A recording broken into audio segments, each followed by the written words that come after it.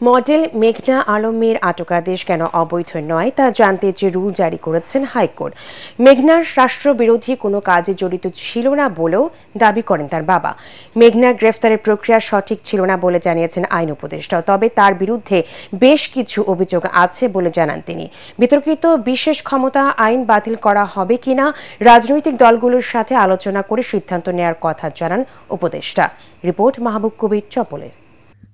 আমার বাসায় কিছু মানুষ আক্রমণ করেছে, তারা নিজেদেরকে পুলিশ পরিচয় দিচ্ছে। আমি বলেছি যে হঠাৎ করেই আলোচনায় মিস আর্থ বাংলাদেশ খ্যাত মডেল মেঘনা আলম।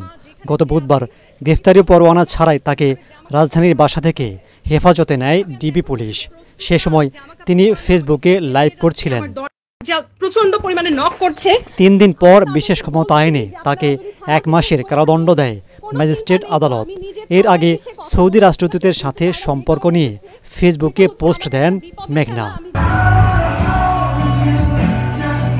এভাবে তাকে আটকের পর ব্যাপক বিতর্কের সৃষ্টি হয়।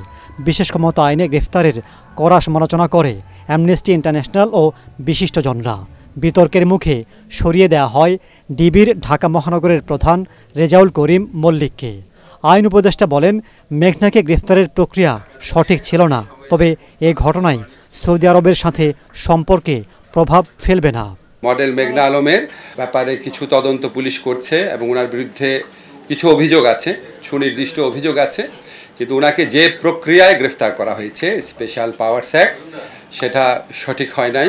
আমাদের সরকারের অনেক ভুল হবে, সব সরকার আমলে ভুল হয়, আপনারা খালি দেখবেন আমরা ভুলটা কারেক্ট করি কিনা। তো এখন যখন আমি সরকারের দায়িত্বে আছি, আমাকে কি একটু সৌদি আরবে যারা প্রবাসী শ্রমিক আছে তাদের স্বার্থটা চিন্তা করব না?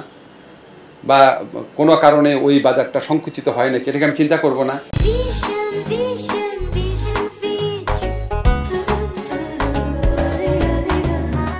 1974 সালে পাশ করা হয় বিশেষ ক্ষমতা আইন, যেখানে পরোয়ানা ছাড়াই যে কাউকে গ্রেফতারের বিধান আছে। সাধারণত রাজনৈতিক দলগুলোর বিরুদ্ধে এ আইনের অপব্যবহারের অভিযোগ রয়েছে। অন্তর্বর্তী সরকার সেটি বাতিল করবে কিনা এমন প্রশ্নের জবাব দেন আইন উপদেষ্টা।